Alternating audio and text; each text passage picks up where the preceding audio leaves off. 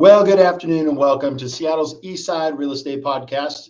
I'm your host, Dan Edwards, managing broker of the Eastside Real Estate team. This podcast is your source, your go-to source for all things related to living, working, eating, playing. I don't care, playing hopscotch, golf, whatever you want to do on the East Side. It is Wednesday, March 8th, and we are live on Facebook and YouTube. Feel free to smash the like or subscribe down below. I think it's over here. Yeah, right there. If you are not, if you're listening to this on one of our podcasts, please review our podcast and share it with your friends. Subscribe. We hope that the content here is something that you enjoy and that brings great information about a lot of things. Today, we're going to have Tucker Maxwell of Guild Mortgage Company and Evan Amundsen of Heartland Payroll and HR Services. But of course, our first segment is all about our Real Talk segment here. We're going to talk about the difference in this market and what is required for a professional helping you out. It really comes down to ensuring that your real estate professional is an expert. So, when it comes to buying or selling a house, there are a lot of things that can be put just on automation, I guess is the one way, which is searching for homes, right? When you're a buyer and you're looking for homes, you go into a website. Hopefully it's the Eastside Real Estate Team's website. You put a little criteria and then it automatically sends you properties. Now, that's not necessarily an expert approach, but the expert approach is the next step, is when you send your real estate professional as a buyer some information on a property, what's not listed that they need to know, right? So an expert really knows, point number one, an expert really knows the market and they know the market trends. So it's important that when interviewing an agent, you ask them how long and are they doing this part-time or full-time? And then also look into the content that they publish, right? What kind of content are they putting out about the market trends? Are they in the know? I myself, as when I'm helping a buyer, the intangibles that I'm looking for are some of the community related stuff. And some of that community related stuff may be what's coming down the road. For example, a home that was recently sold, they had a new development going on behind. And that's not something that's it's not overtly obvious. There are public places for finding this information, but you want to make sure you have an expert that knows how to look for that to ensure, and generally it's somebody that's been in that community for a while. All right, so making sure that they're experts means they know what's going on with the market, they know what's going on with the trends. Another thing is a local professional knows how to set the price right. Now, yes, there's some automation to that too, right? We've heard of websites called Zillow, and those websites provide insight into what a home's value is worth. And when a seller asks me what I think of that price, I say, yeah, it's pretty good, within about 25% margin of error. Now, 25% margin of error is huge, right? So what you need is not just what the statistics tell you, but also what the market is doing in order to ensure that if you price a home properly, it's going to garner enough attention. So it's not just about analytics, it's about how the analytics come together with consumer sentiment. Currently, what's happening in that city, town, or county. So there's a lot of those things. So that's a local professional knows how to set the price right. A real estate advisor helps maximize you as a seller, the pool of buyers. Now, how do they do that? Well, oftentimes we, as seasoned agents like myself and our team, we'll have a pool of buyers that we have been in contact with for many, many years. It's not the same thing as who is currently looking. So if you can draw a circle, there's a small circle of people that are actively, let's see, the illustration, actively looking for your home, right? These people are pre-approved and they're looking. But there's a larger circle of people that if the right home comes on the market, they may be interested. And that's the concentric circle that requires somebody that has experience and expertise. Because I have people that are not pre-approved. Obviously, you would get them pre-approved before they put an offer on your house. But that said, if this perfect home comes on. So we've built a database in the back end for us of what that specific criteria is. And I have a database of about 6,000 potential buyers where I know exactly, I can type in exactly what they were looking for and bring up a list that would be possible buyers for a home. Number 4, real estate expert. They're going to read and understand the fine print. Now, I have to say right now, with the way financing is going, you can receive a pre-approval letter today. In 2.5 weeks. That buyer may not qualify for that same pre-approval letter. Why is that? Interest rates are fluctuating rather volatile. Yeah, that's not the right word. The bond market's rather volatile, and so interest rates are fluctuating quite a bit, causing some people that qualify today but don't qualify tomorrow. So an expert is going to be able to get in there and understand that we need to look. What's the date on that pre-approval letter? Do they have a current one? And then lastly, somebody that's an experienced expert in real estate is a negotiator. Now, here's the thing: is everybody negotiates. Everybody negotiates all the time, right? My kids negotiate for an allowance. I negotiate for a date night with my wife, right? So all of those things are important skills, but real estate agents that have been doing this for a long time not only know what tools they're using, the fine print, et cetera, what's going on in the market, but also know how to develop win-win solutions. See, a lot of people think an expert negotiator is about win-lose. That's not true. A win-lose negotiation doesn't really help anyone. It, of course, can benefit one individual, but that's not the spirit of a good negotiator. A good negotiator plans for an outcome for all parties and seeks to keep that outcome going. I pride myself in enjoying the art of negotiation, especially winning, all the while getting what my client needs and making sure that whether the buyer or seller on the other side wins. So this market right now is a market for experts. If you are thinking of buying or selling or investing in real estate, you need an expert on your side. The reason why we did this post in this podcast was to share with you how we can help anybody in any kind of market. However, in this market, you want an expert. So we hope you give us a call. We hope we can help you out, find your next home, whether it's upsizing, downsizing, moving out of the area, moving into the area. The Eastside Real Estate Team is here to help. So I hope you enjoyed that Real Talk segment. It was a lot. So we're going to, like always, we're going to visit with our good friend Tucker Maxwell right after this short commercial break. Do you get frustrated by how hard life can be sometimes? Well, it doesn't have to be. There's a way to spend your days moving forward instead of digging out from under, especially if you remember to bring your intuition to work. Otherwise, it's like leaving half your brain in the car. Mary Gleason, Executive Intuition Coach, wants to help you tap into your intuition more deeply and more often to help guide you to decisions that are more fully considered and for your greatest good. Learn more by visiting marygleason.life or mary@marygleason.life. That's marygleason.life or mary@marygleason.life.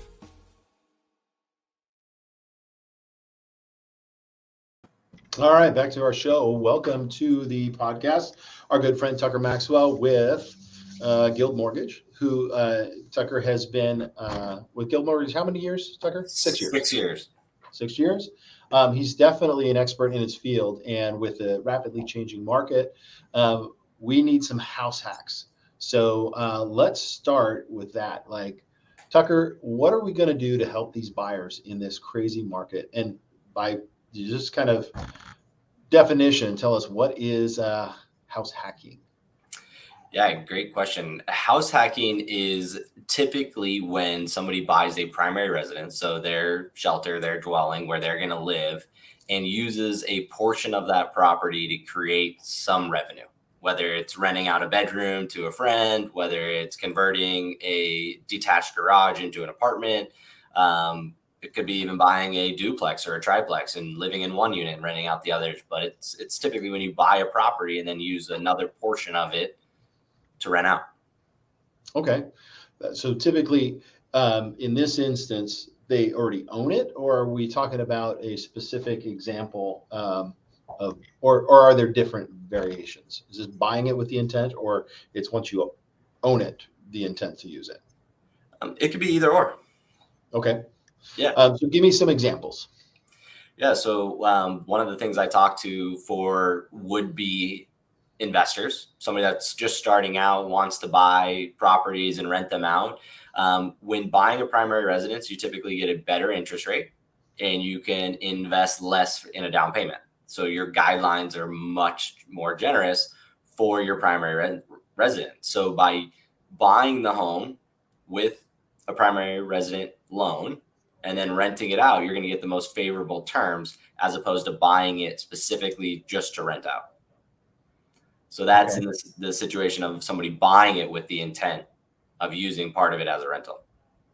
Okay. So, what are the best type of properties to purchase for house hacking? Duplexes, triplexes, fourplexes, so any unit that's multifamily. But it also could be homes that have large lots that could be potentially subdivided or separated. It could be a detached garage that has a separate entrance. Really, it just needs to be a property that's large enough to have a separate dwelling in it.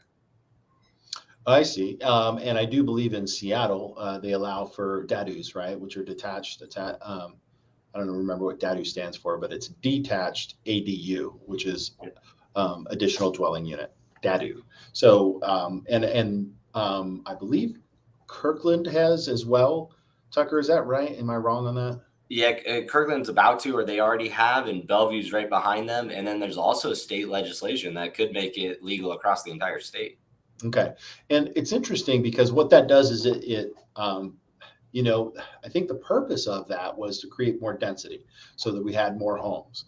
But it sounds like the early adopters are the ones that are actually making money off that by creating a rental opportunity.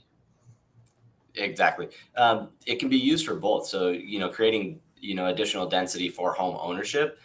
Think of a situation, let's use Kirkland as an example. Somebody owns a property there on a 10 to 15,000 square foot lot with a detached garage. They could potentially turn their single unit into a condo association and now sell that dadu to somebody else.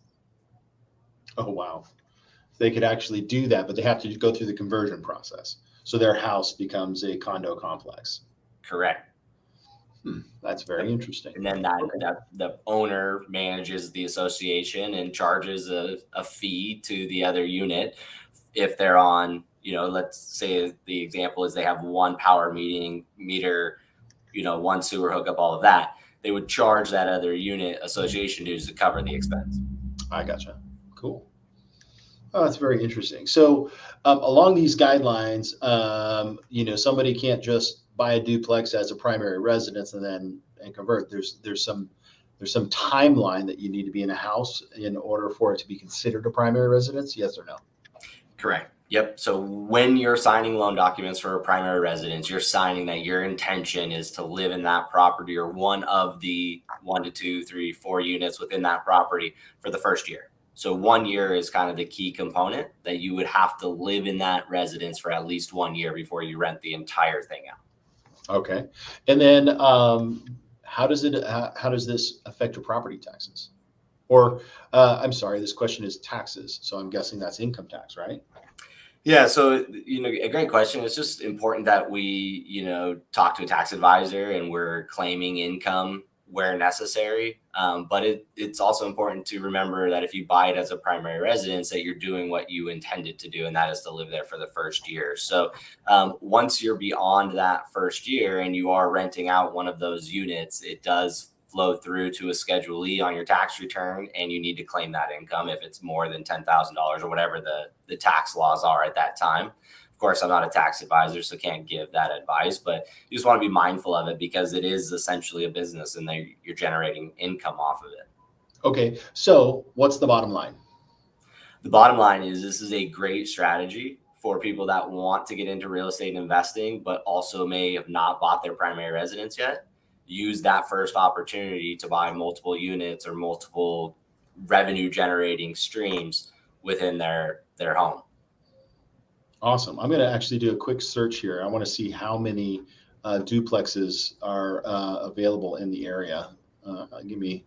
I can go fairly quick though. While you're doing that, Dan, I will just share the cool thing about buying a duplex is that person, when we qualify them, we're going to actually qualify them off of the rents received in that second unit. So somebody could qualify at a higher price point for a duplex than they could a single family home. That makes sense because you're qualifying. Now, are they qualifying 100% of that income? Good question. So we're going to do a rent schedule. So we're going to ask the appraiser to tell us what the fair market rent is for that other unit. And then we're going to apply a 25% vacancy to it. 25. So 75% of the income is what they're going to do, right? Correct. Okay. Yep. I'm working a little slower than normal, but that's okay. The outcome will be good. You're good. Duplex. So 35 homes in King and Snohomish County. So this is not just Eastside, but let's see. The price ranges from 580 in Everett to $1,250,000 in Seattle. Let's see. We've got one here in Kent. Let's see. Any on the east side? Renton. I've got $1 million. That's pretty spendy. So this multifamily in, actually, this is a cute one on Pine Street in Everett for 580. And let's see if I can see the income on this. So one unit's renting for $1,000. The other one's $1,850. Well, if I'm the landlord, I'll take the $1,000 unit and use the other one for qualification. So right there is a great example. If you or someone you know wants to house hack, they can reach out to Tucker at 425-757-9202, and we can help you through that. And one of the cool things about working with Tucker and myself is when it comes to managing this, you can hire a property manager, and then you don't have to pretend like you are the owner, right? You could just walk in and walk out and hire a professional property manager to vet the people. Here's the number one rule in renting: easy in, hard out. Yep. Hard in, easy out. Right there. That's why I always recommend using a professional who's an expert in their field. Not me. I won't do property management. I'm horrible at that. All right. Hey, great conversation, Tucker. Thank you so much for that topic. I look forward to chatting with you next week. After this short commercial break, we're bringing on our good friend Evan Edmondson of Heartland. So don't miss this next segment. Tired of the same old conversations at networking events that never lead to new clients? BNI is changing the way the world does business by connecting you to strategic relationships that can help you grow your business. BNI is the world's largest networking organization, helping hundreds of thousands of members around the world each year increase revenue through relationship marketing. For information about visiting a BNI chapter near you, go to the BNI Northwest website at bninw.com. All right, welcome back to the show. I'm Dan Edwards, managing broker of the Eastside Real Estate Team, and you are listening to Seattle's Eastside Real Estate Team podcast. And we are now here with our guest, Evan Edmondson of Heartland HR and Payroll. Evan he still is, a Washington native, born and raised in Everett.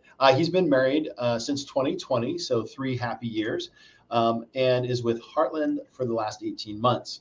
Evan has built a successful career in client management and customer service, and he takes every opportunity to get out from behind his desk, meet business owners for a handshake, and a great conversation about supporting their business.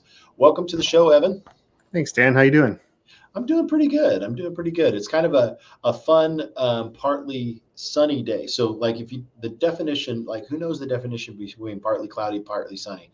I would say partly sunny means you have a lot of clouds and a few sun. So I don't know. I prefer mostly sunny, but I will take partly sunny.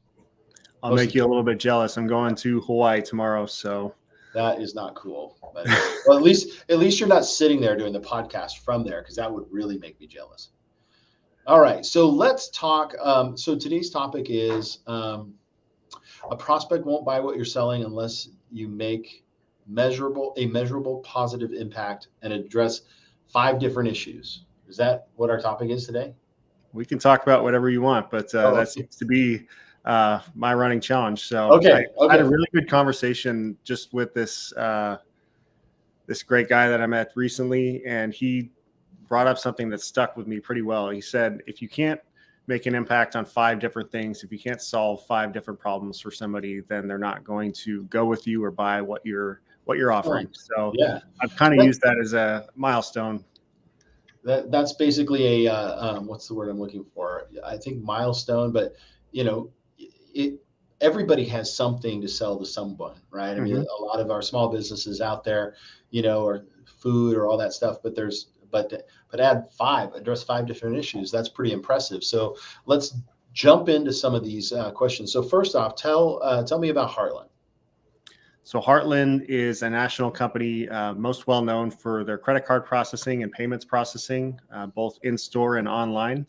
I'm in our payroll and HR division. So payroll is a pretty basic function, but when I say HR, I'm helping businesses with everything from hiring to retiring. So that really starts with tools to help them recruit.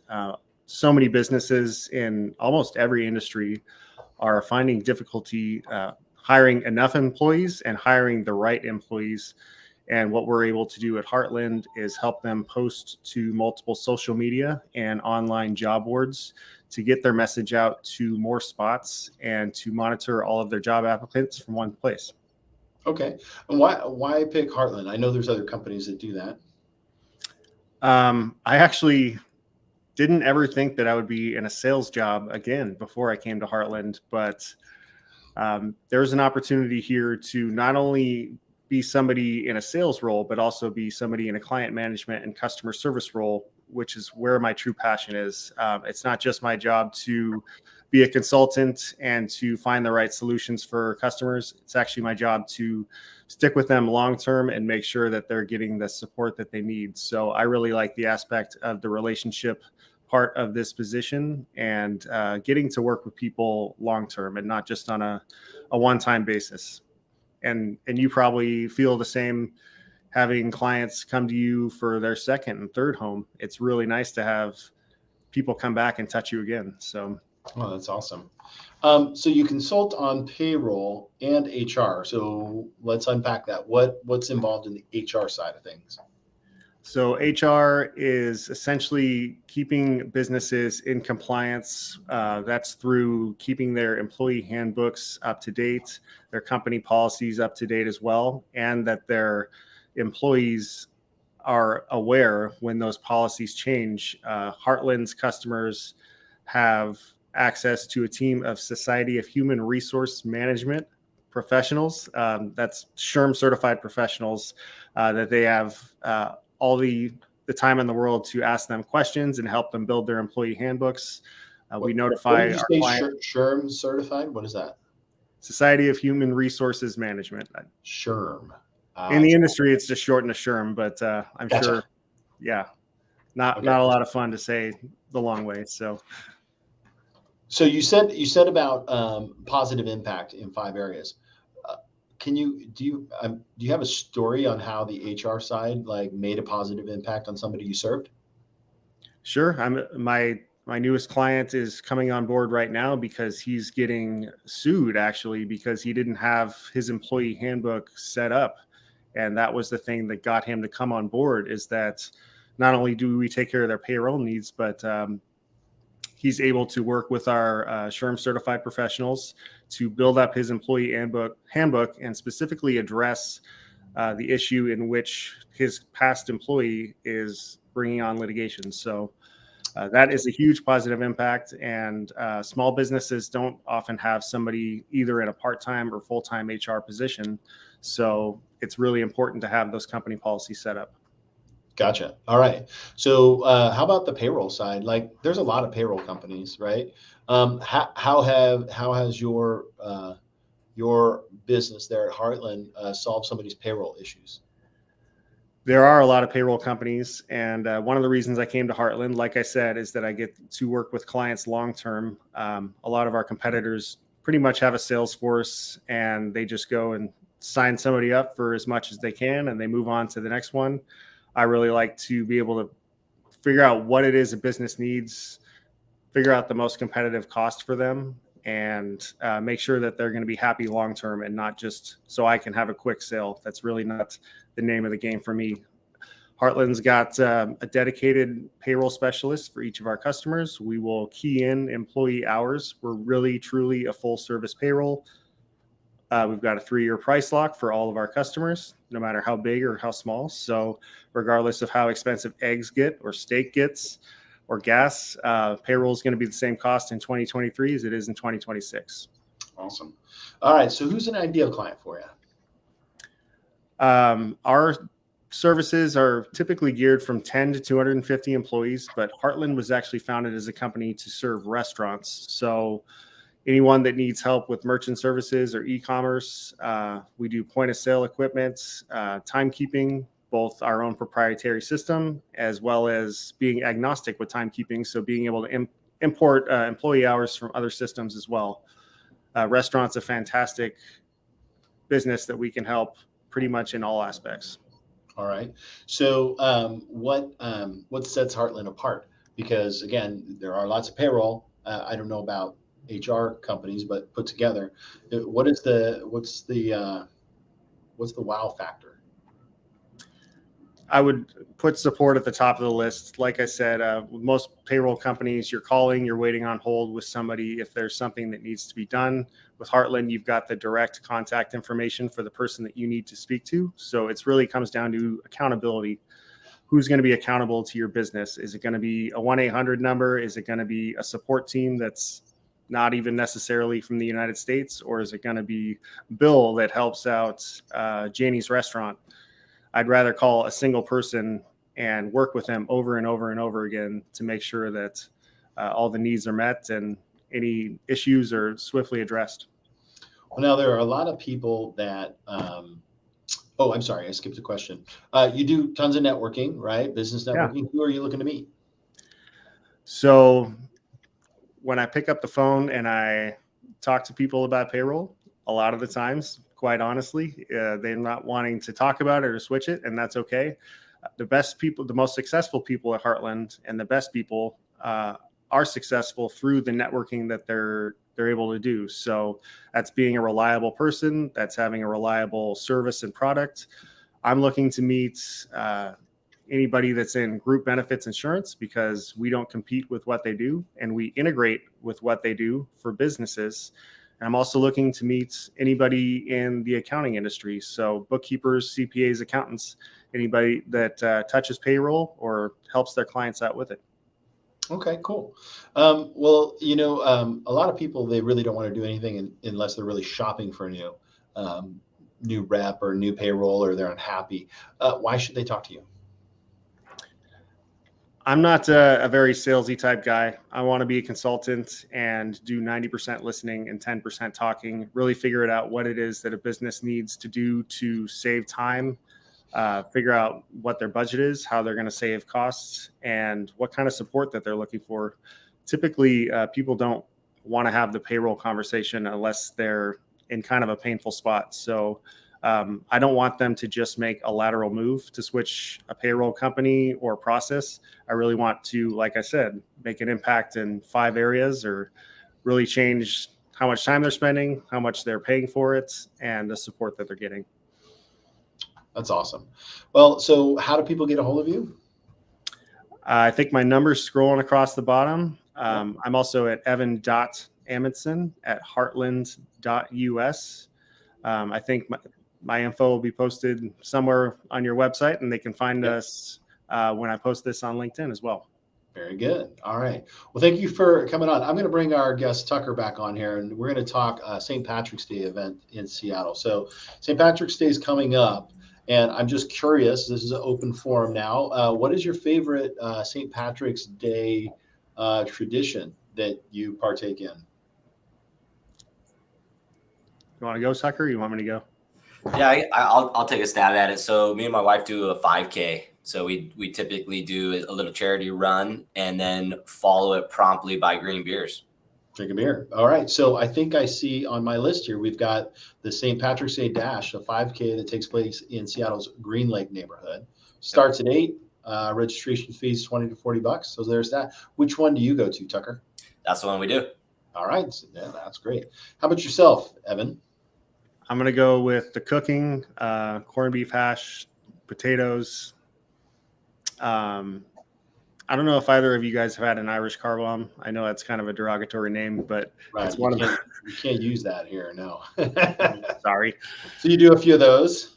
I do maybe one of those. It's a delicious drink, but it's not something that you can have in a lot of quantity. But yeah, you can, but the 13th one makes you sick. So don't have the 13th. You're going to be in trouble. That's good. So some other things that are happening, and we're going to have a post on our website, a blog post. We've got Kel's Irish Festival. That's March 17th in Kel's Irish Pub in downtown Seattle. Irish Festival Week is all throughout the week, and it's, I believe, the Seattle Center, March 12th through March 19th. Fado, is it Fado or Fado Irish Pub? I think there's some stuff on the east side. I think I'm missing that, but we'll have it in the post just as a public service for all the fun things to do. We thank everybody. Thank our guest, Evan. Thank you for coming on, Tucker. I appreciate you coming on. It was a blast. Please look either one of these fine men up for their services. Thanks you guys so much for coming on, and have a great week.